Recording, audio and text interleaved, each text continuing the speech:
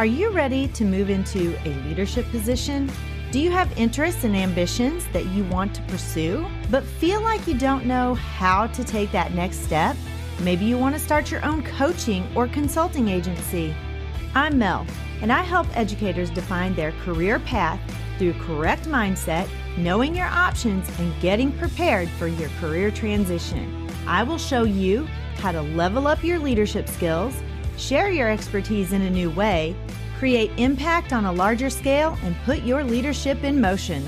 As an educator for over 20 years, I started to feel underused and like I had more to give.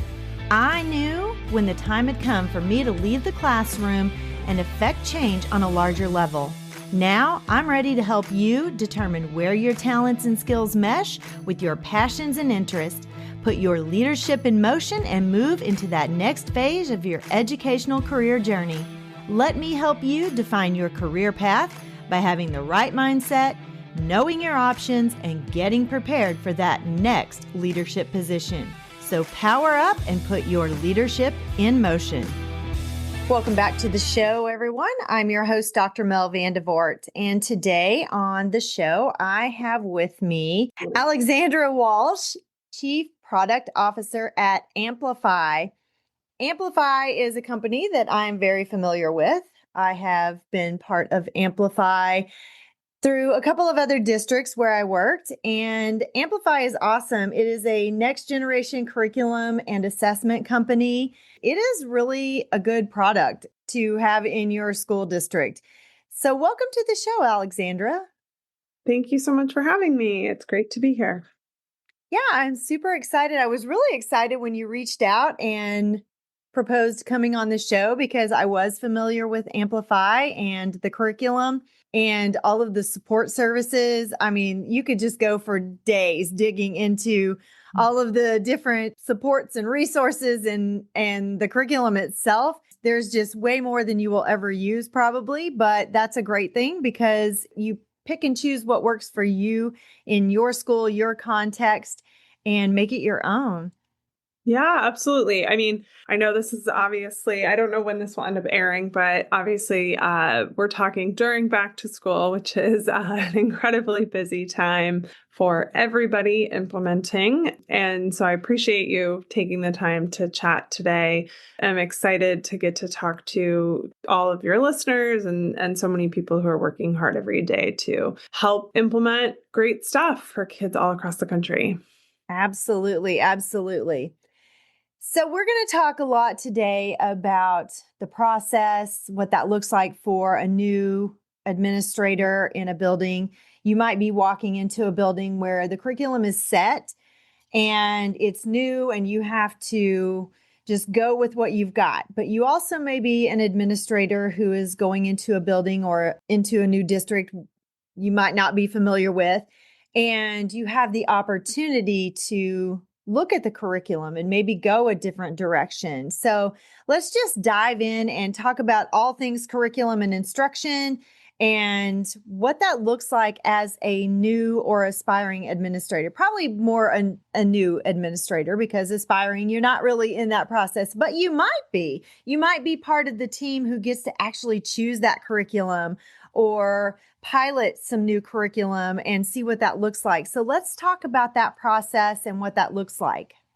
Yeah, I mean, I actually think the curriculum is a really great place for aspiring administrators to sort of dip their toe into it. If your district does run any kind of formal process, I think it's one of those places where you can raise your hand to start to be part of the conversation at more of the administrator level. And so it really offers a strong opportunity for people who want to expand beyond the classroom. And like you said, that can come in the form of just raising your hand to be a pilot teacher if you guys are trying something out, but it can also come in the form of being on a committee or even helping to do more of the administrative aspects of the curriculum selection. So I think you're right that it really does start with the aspiring administrators and provide an opportunity, given it's such an important decision for a district. Obviously, the biggest impact on any kid is going to come within their classroom and is the teacher, right? The teacher is the person making the biggest impact.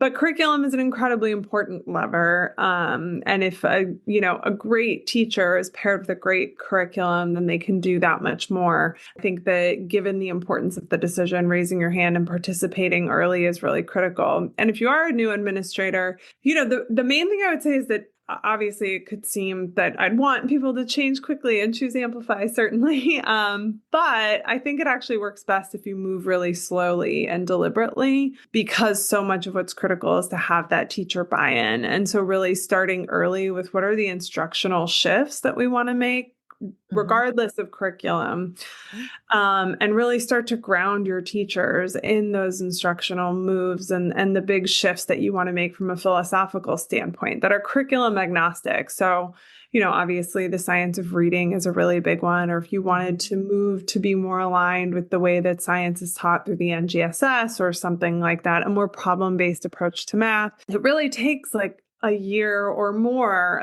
of establishing that framework for your educators. I think to even have them ready to then find a curriculum that would map to that approach. I think my main advice would be to first determine the approach and the instructional shifts that you want to see. Start that process of educating your teachers. And then from there, selecting the curriculum should really be the last piece. It's sort of giving people a tool to better execute on that approach. Right. And of course, all of that starts with your data. So you're going to have to look at your data to see where those gaps are and see if it's a curriculum issue, or see if it is a teacher issue, or see if it's a professional development issue, what that is specifically, because then that's going to give you the direction in which you need to go. Yeah. And I mean, to your point on, it might not be a curriculum issue. You might come in and in fact see that it's really an implementation issue, that when you look at it, the actual usage, and it's, there's going to be some that you can see on data, but obviously getting into classrooms and seeing it yourself to the extent that's possible is going to be the best way to determine what the implementations are like and how much people are actually even using the curriculum. Because it's easy to say, oh, we have to throw this out. But if people aren't even actually using it to begin with, it's hard to know. And it's unlikely that then the next thing you bring in, they would use with fidelity. So I think you're right that that's another one of those like foundational blocks that you have to lay, is really what does fidelity mean, and what does the implementation look like in practice in the classroom? Exactly. I've forgotten to ask you. It seems like I've forgotten how to even be a podcaster since I've been all things superintendent the past 5 weeks, and my brain is in overload mode right now. But I forgot to actually ask you your story, your journey, and how you ended up at Amplify. So let's jump back there for just a second so we know how you got to where you are as the Chief Product Officer. Is that what you're called? Yes. Yeah. I started as a teacher just outside of New Orleans and taught high school biology. And then I went to public policy school where I got a master's in public policy, really trying to learn about kind of the intersection of social safety net programs with schools. So really things that impact kids and families. And then moved on to work with nonprofits and foundations, really focused again still on kids and families, slightly broader than education. And then made my way back to Amplify through sort of just mutual, like hearing about different places, took an exciting role there. It was a little bit of a leap of faith. I had not worked in education products at all. But then once I was here, I realized that a big part of what I missed about being a teacher was product development. That ultimately I wrote curriculum for my district, and that was really making products. And I just didn't know that was a career, and I didn't understand at that point. Like I said, I wrote it myself. So we did a lot more homegrown curriculum, and we had a textbook, but we just really picked and chose from it. Our state test was brand new, so there wasn't a lot out there that aligned with it. So I had the opportunity to make it myself, and I really loved that creative process. And then once I was at Amplify and realized that's actually a whole industry. And there's an amazing set of opportunities to do that on a daily basis. I just started diving more and more into product development, and then ultimately pivoted to that and worked first on our English language arts curriculum. So our K-8 ELA core curriculum products for a number of years, and now oversee our whole portfolio. So it was I think, a natural evolution through a couple of different roles, but ultimately just really love being in and around schools, and also love the creative process of making products. And it's obviously a pretty unique place to bring those two things together. Yeah, that's quite an adventure. But you knew what you were good at and what your gifts were and your talents, and you chose to lean into that. And this is a show for new and aspiring administrators, but I'm sure there are other administrators who listen to pick up tips and some tools and resources. And that is something that when you're ready to exit education in whatever capacity that you are working, but you still really want to stay in education some way. You just don't want to be in the school system anymore. Something like what you do is a really good option for that. Yeah, Definitely. certainly. I mean, we hire a lot of former educators. I think part of why our products, work well is because we have so many educators, not just building the products, but that is really critical. But also we have a lot of educators who service and support the products. So they really know what it's like to be a teacher when they're training a room full of teachers, and all of that. So that is absolutely at the heart of Amplify. Is a lot of former educators. And it's something that I think makes the culture really strong and really connected to the classrooms who ultimately use what we make. So I want to ask, there's a lot of questions I want to ask, but for our new administrators or just anybody who doesn't really know the process. So you have people writing the curriculum, you have people looking over it and picking it apart, I'm sure, before it's even put out there. But then does it go through some kind of beta test before you say it's ready to go? Like, explain that process to us so we know how it's vetted before it ever gets into the hands of a school district. Yeah, that's a really great question. Basically, what you laid out is accurate. So we will start, sometimes years before anything is released. And that can often begin just with user testing and market research. So if you do get a survey, answer it, because it does ultimately make your products better. So sometimes it just means we're sending wide scale surveys to teachers, or we're doing focus groups and that kind of thing. So that's kind of what I would say is the early stage testing. And that might just be a flip test of the print to see if the layout makes sense to teachers. And that's going to be really, really granular and small. Our market research studies might be looking at, their comfort with digital, or how they want to balance a blended classroom, how many students they have, just to get a sense of the implementations at scale, because we don't want to over rotate toward one focus group. So we try to balance really deep conversations with potential users with really wide, cast our net wide with things like surveys. Then once we get enough of that information, we'll put together a scope of a project. So we'll start to create what I would call like the product plan, and then we'll move into production. And then once we're in production, that's when it's a little bit more of a closed door. We'll still keep showing stuff to people. We'll do user testing, but we're really trying to crank through and get a lot of content out there and content made. And then, yes, we'll go through a beta year. So sometimes we'll also add in a field trial step there, where we'll take specific units and do smaller scale, maybe a handful of classrooms, just so we can actually see a real implementation. And then in our beta year, which is typically much wider scale, we'll do full year long implementation. So they can really do a full year of the beta product. And then it will finally ship commercially. So it's anywhere between a 3 to 5 year time horizon that a product is developed over.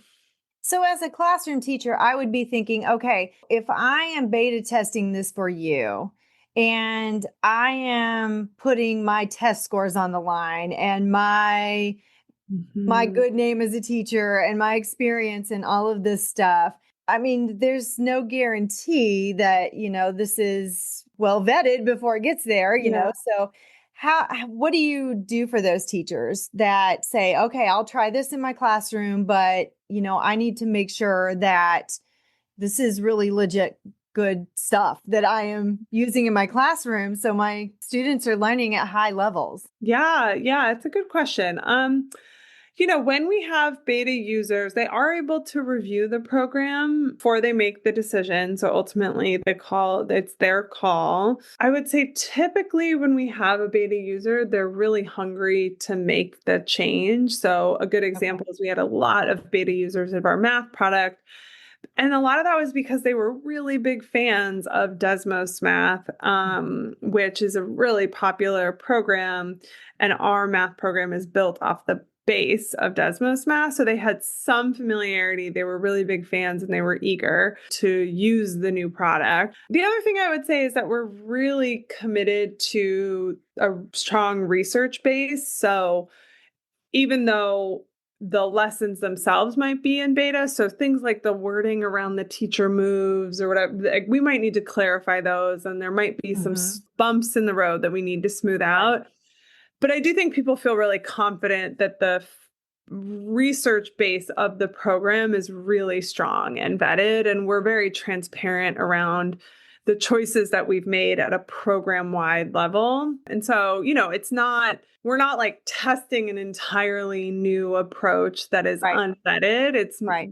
and even for example, in our math product, it is inspired by illustrative math.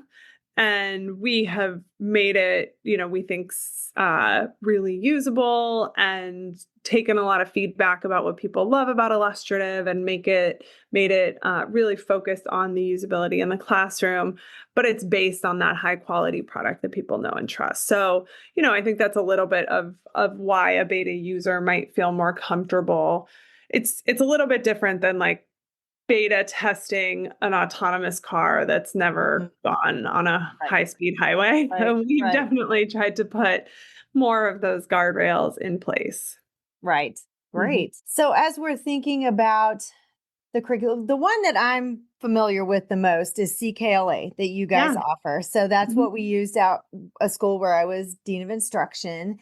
And I mean, it is vast. There is so much, like Mhm. I said, probably more than you're going to use in a year's time, but that's a good thing because then you have all of those resources that are great. And I mean, there are videos, there are the different books that go with it, there are Mhm. the readers for specific classrooms that you guys have all put together. Tell us a little bit about your products and what you offer.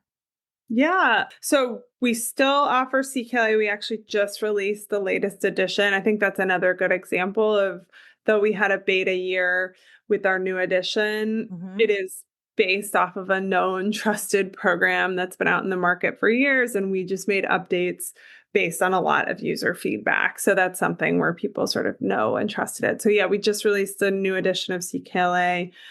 You are right. It is a vast program. Mhm. We added in some exciting things like teacher choice to allow districts to kind of make a selection between some of the knowledge topics so that they can really make it their own. And that's been really popular. We also have a 6-8 core ELA program, Amplify ELA.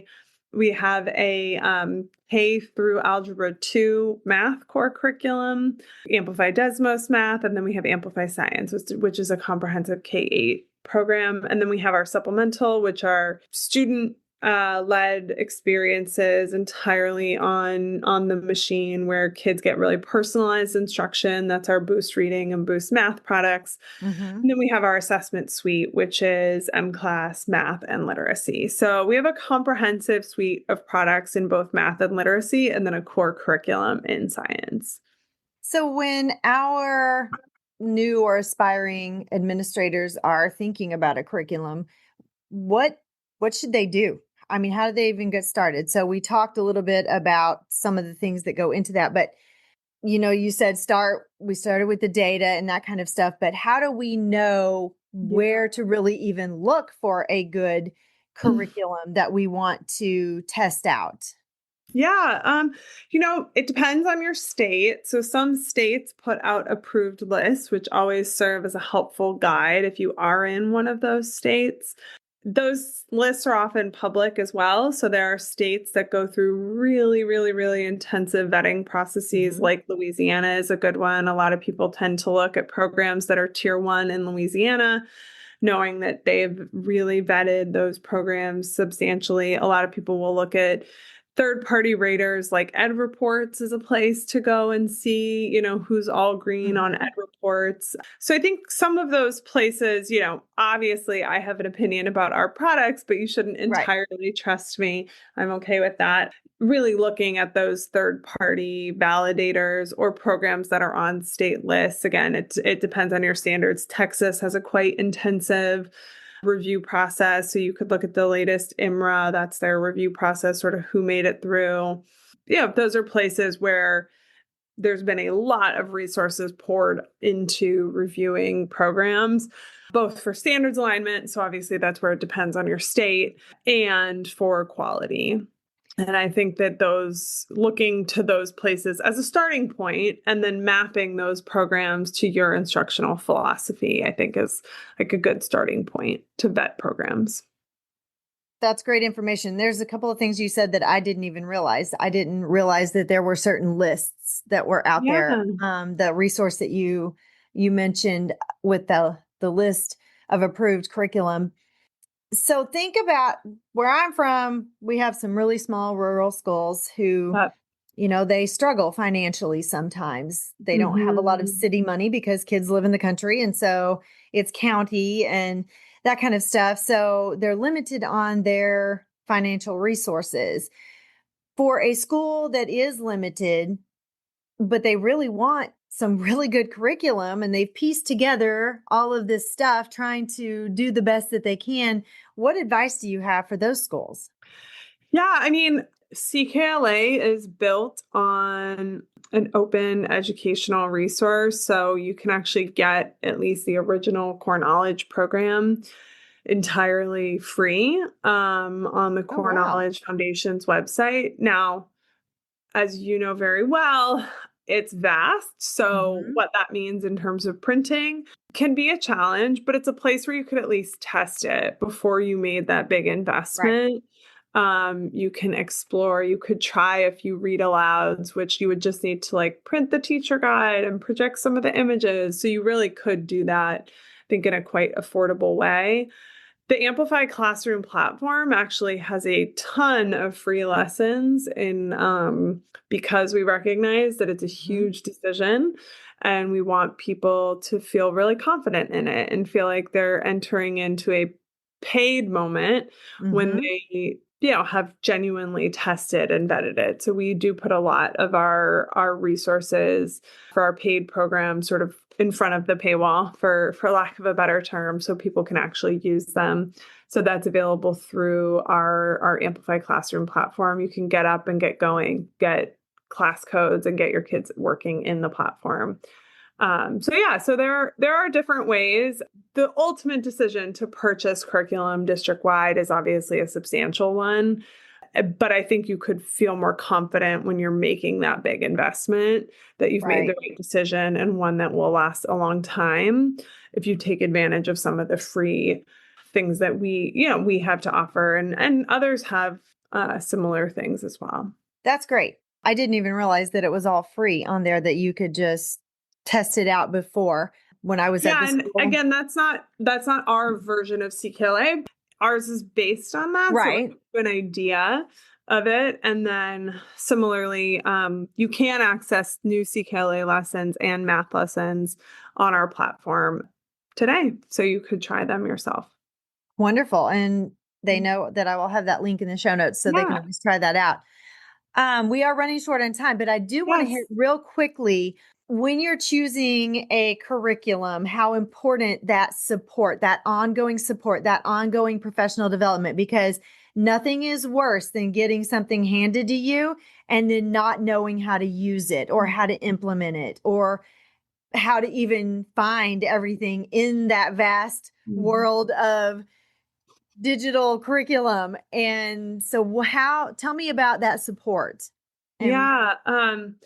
You asked me to think of a charge for people at the end. And so this is a little bit of that, but the administrators are the key to any curriculum implementation, ultimately providing the structure and support, the investment, not just in the upfront materials, but in the ongoing coaching and professional development is genuinely what makes or breaks it. Because it is really hard. And I think at any time implementing a new curriculum, you're going to question, why am I doing it this way? Do I really need to do this? And if teachers don't have a place to turn or a really strong foundation in the why provided by their district, it's going to be way too easy to just stop using it. Right. And so or pick through and use just parts of it and not fully implement everything. And then it's just as devastating when you do it that exactly. The coherence is so much of the value of a curriculum. And so, yes, as soon as you start picking it apart, you kind of lose what was valuable. Fidelity. Yeah. You lose that fidelity. Yeah. Yeah. So I guess the main thing is just to plan for, a 5-6 year implementation up front, knowing that year one is such a small part of the implementation that it's really like, maybe you're lucky if at the end of year one, they're feeling comfortable with the basic routines and the rhythm of it. But the value is really going to come in year 2 through year 6 and beyond. And so that's making sure that when you decide to purchase, that you have made a plan for the entire life of the adoption. And that includes annual training for new and returning educators. I think that's the other part. We forget how many new teachers there are each year. Yes, we do. And often they don't get new teacher training for the curriculum. And that's a huge problem because they're a new teacher to the curriculum and they need new teacher training, not somebody's old teacher guide that they're just sort of looking at the stickies. Right. I mean, when you're a new teacher, even if you're a seasoned teacher coming in, you need that support. But if you're a new teacher trying to learn classroom management and all the other things on top of learn a curriculum that looks like a foreign language to you just because it's not a format that you've seen before, and you're trying to read through the scope and sequence and the pacing guides and all of this stuff, you're almost defeated before you ever get started if you don't have that support. Yes, absolutely. This has been a great conversation. I even learned some things, and I was the Dean of Instruction. So it's great to learn things even after you've been in it for a while. I've been in education for many, many years and learned some things today. So thank you for coming on the show. If my audience would like to contact you or contact Amplify, how can they do that? Yeah, the best place is on LinkedIn. We'll also send various other social accounts to put in the show notes. And like I said, please try out the Amplify Classroom platform. That is great. And can you give us that website real quick so they can? Yeah, we'll put it in the show notes so you can click right to it. I think that'll be the easiest way. Okay. All right. Great. Well, thank you so much for coming on the show today. Do you have any last words of wisdom for my audience? Or anything just what we were saying, that plan for the whole life of the adoption, that year one is it is a slow road, so make sure you're in it for the long haul. Yes, absolutely. Absolutely. All right. Thank you again for coming on the show. And for the rest of you, thank you so much for joining us today. And I will see you back here, same time, same place next week. Bye-bye.